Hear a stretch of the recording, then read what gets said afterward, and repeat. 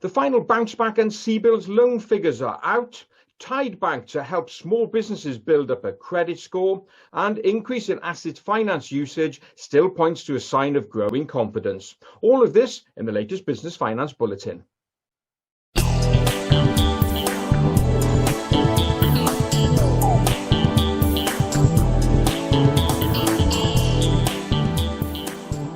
A regular feature of this bulletin during 2020 and early 2021 was, of course, the bounce back loans and the CBILS loans. And this was the government schemes designed to help keep businesses trading and help them keep on top of cash flow.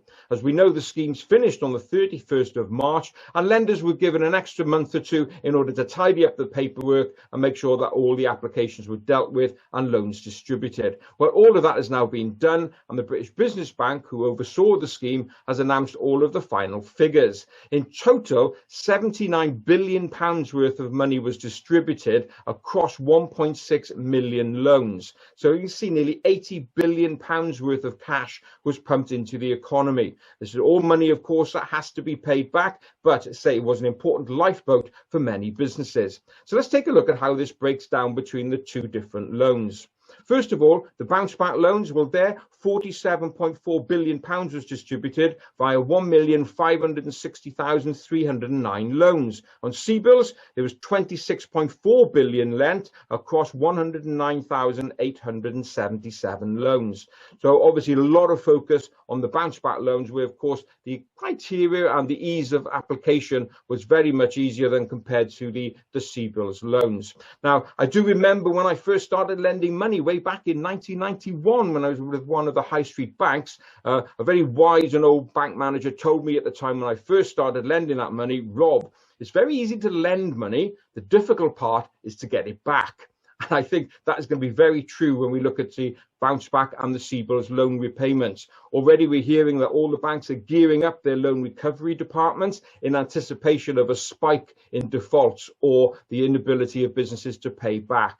So this is going to be kind of an interesting time for many businesses now over the coming months when their first repayments come in. And it's going to be interesting to see how the banks handle this. Already they're getting the message out that they've learned from the last financial crisis. I think they're going to be much more understanding. At least that's what we hope they will be.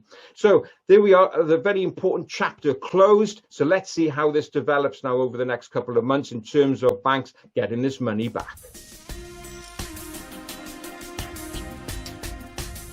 When it comes to borrowing money, startups and very small businesses have one big barrier to overcome: the lack of a credit score.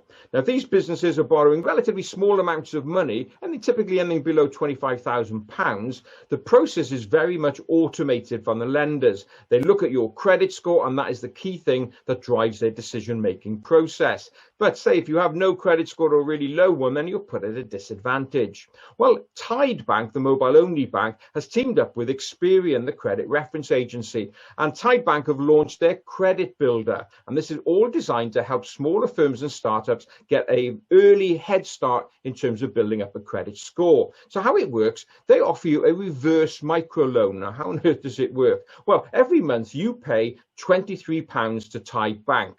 At the end of month 12, they will pay you back that £240 in total that you've raised. And they will report this to Experian as a form of borrowing. So that £23 a month you've been giving them is flagged up that, hey, look, this business is credible. It's been able to afford to pay back on time this small amount of money. And that is enough to start you getting a credit score. I think it's a great idea from Tide Bank, really novel, and it's going to help many small businesses and startups. So if you want to know more about this credit builder, just go along to the Tide Bank website, which is tide.co, and there you'll find more information about this and, more importantly, how to open an account to get you onto the path of getting a great credit score.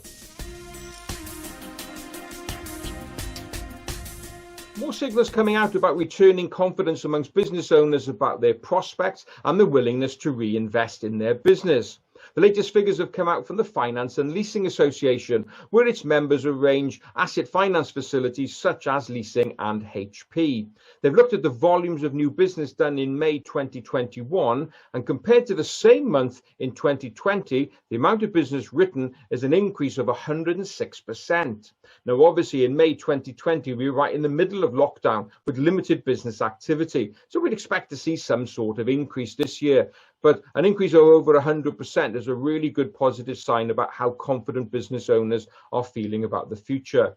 In terms of business written in the first 5 months of this year compared to the first 5 months of 2020, well, that's up 26%. And overall, year on year, on a 12-month rolling basis, volumes are now down just by a -3%. So overall, it's a very good positive sign. Which sectors are leading the way? Well, commercial vehicles, they're up 126%, and plant and machinery, that's up 58% in terms of volume of business written. So overall, a very good sign about how business owners are feeling, and long may that continue for the rest of this year. Well, that's it for another bulletin. As ever, I hope you enjoyed watching, and if you did, please don't forget to subscribe to this channel, give it a share and a like. So that's it. Look forward to being with you next time. In the meantime, have a great, successful and profitable week.